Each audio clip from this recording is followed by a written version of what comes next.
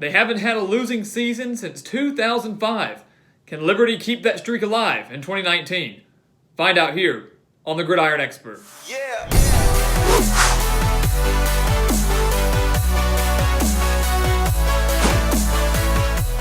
Liberty made their FBS debut last year and surprisingly went 6-6 with 3 upsets over FBS opponents.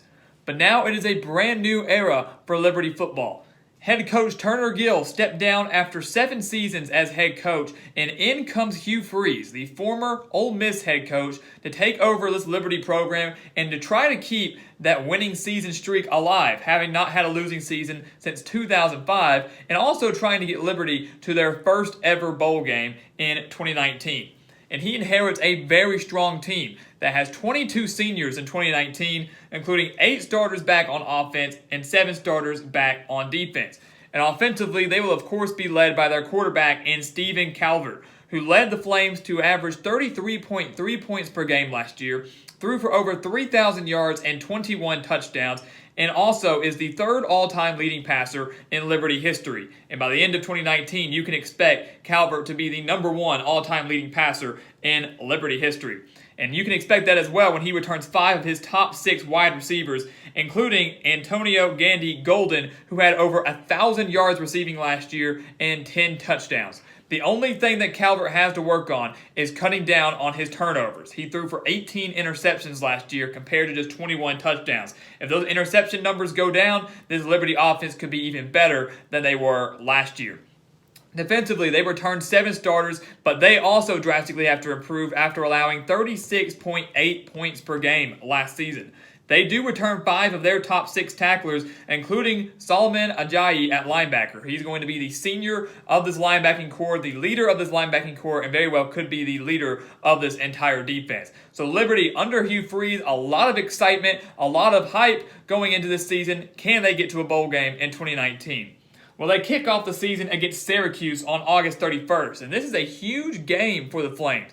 Not only does it kick off the Hugh era against a solid Power 5 opponent, but Liberty gets to host this game against the Orange, a team that won 10 games last year. So you know Williams Stadium in Virginia is going to be hyped for this game. It's going to be rocking to get to host a team that, like I said, won 10 games. It could very well be a contender in the ACC this season.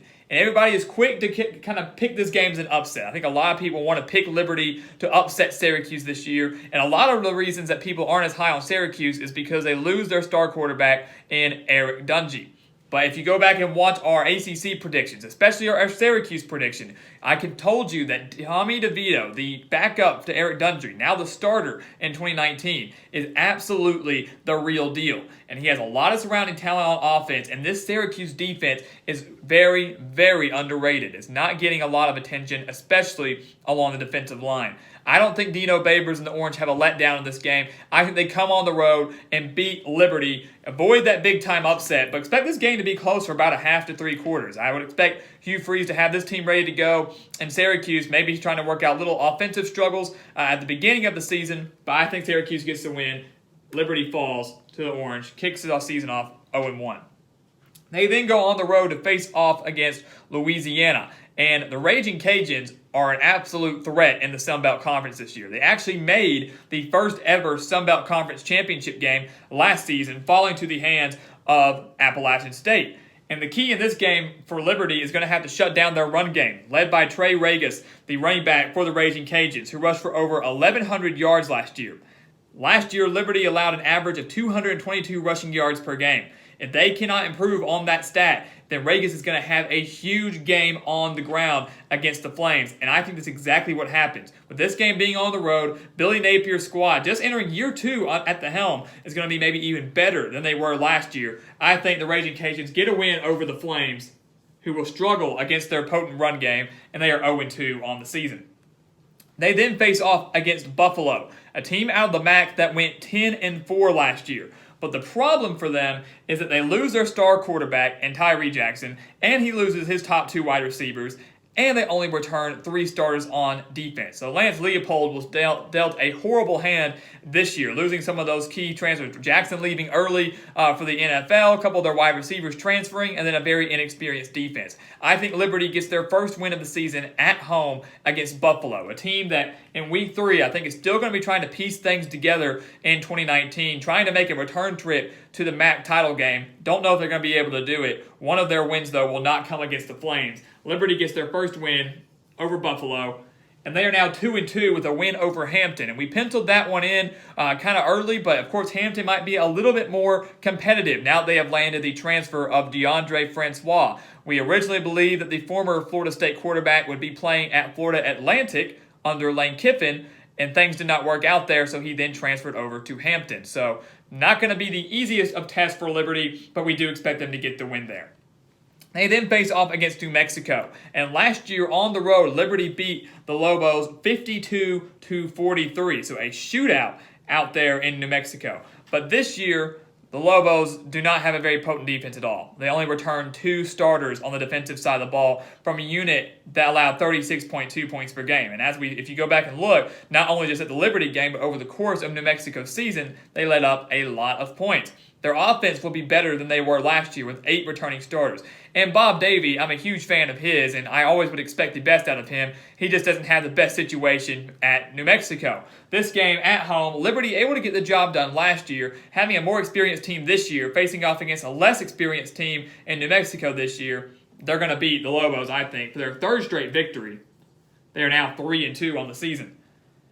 They then go on the road to face off against New Mexico State. And last year, Liberty and the Aggies faced off 2 times, a home-and-home series, on the road against New Mexico State and back at home. And they split that series. Last year on the road, Liberty lost by 8 to the Aggies, and when they had to come here, when they played at Liberty, the Flames won by 7. So great games all the way around. New Mexico State's a team that I think will improve drastically from last season. Now, I'm not saying they're going to go to a bowl game in 2019, much like they did back, I believe it was in 2017, but they went 3-9 last year, returned 8 starters on offense, 6 starters on defense, and Josh Adkins showed major signs of promise as a true freshman quarterback last year. I expect him to take a major step forward in his sophomore year at quarterback. I think he gives this Liberty secondary some struggles, especially with this game being out on the road. Pretty long way away for Liberty. They fell on the road last year. I think they fall on the road again this year to the Aggies, and their 3-game winning streak is snapped to New Mexico State. They then get their first bye week on October 12th, coming into this Maine game, and we have them beating Maine. Shouldn't be an issue at all out of the FCS, but when you look at the schedule, once again, you see that a game against Hampton and a game against Maine, that's 2 FCS opponents, which means that for Liberty to go to a bowl game, they would have to win 7 games, because you cannot count 2 FCS opponents on your record for those 6 wins that are required to go bowling. They then go on the road to face off against Rutgers. Now, I know this is a game that a lot of people have circled as a potential upset pick as well. A lot of people have them upsetting Syracuse, and more people certainly have them beating Rutgers in 2019. But I'm here to tell you that even though Rutgers is not going to go bowling in 2019, at least that's not what we have, Rutgers should improve statistically and should improve competitively. And even though this could spell the end of the Chris Ash era with the Scarlet Knights, I think Rutgers getting to host this game, Artur Sitkowski hopefully taking some steps forward at the quarterback position, and their defense, especially in the secondary, improving in 2019. That's going to bode well against a dominant passing attack led by Steven Calvert. I think Rutgers gets a close win over Liberty at home. I don't think they have enough to go on the road and beat this Power 5 opponent. I know Liberty's done it before, beating a team like Baylor 2 years ago, but I don't think they can do it this year. They fall to the Scarlet Knights, but rebound with a win over UMass. And Massachusetts is going to have a horrible, horrible year in 2019. Last year was an absolute thriller between these two squads, 62-59 and 3 overtimes in favor of the Minutemen. But Massachusetts is under a brand new era themselves. They bring in a new head coach in Walt Bell. They lose their top 3 playmakers on offense, and Andrew Ford at quarterback, Marquise Young at running back, and Andy Isabella at wide receiver. And their defense allowed over 42 points per game last season. Even though this game was on the road, Liberty should easily take care of Massachusetts, and it will be a major rebuilding year for them. They then go on the road to face off against BYU, a team that I think will struggle mightily out of the gate in 2019, the only team in the nation to face 4 straight Power 5 opponents in their first 4 weeks of the season. But BYU will finish very strong towards the end of the season, and one of those wins will come against Liberty. BYU has Zach Wilson at quarterback, a guy that I'm super high on, showed major signs of promise towards the end of last season, especially in their bowl game, and Kalani Sitake brings in a very experienced team into this season. BYU will rebound greatly, maybe even win 8 or 9 games in 2019. One of those wins comes against Liberty, especially with this game being in Provo.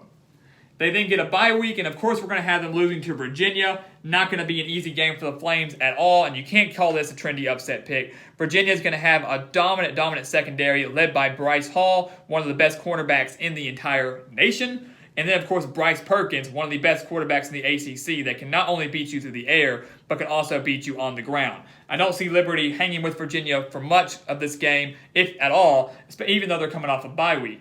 And then they get New Mexico State to close out the year. So once again, playing the Aggies twice in 2019, much like they did back in 2018.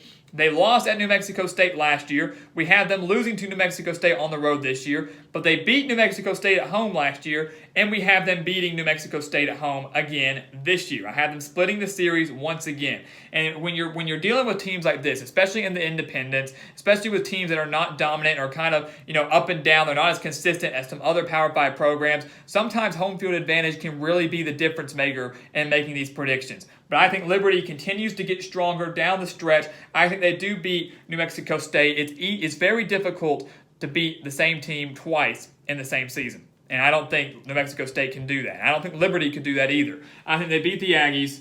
They figure out what went wrong in that first game, come back, win in the second meeting, and they finish the season 6-6.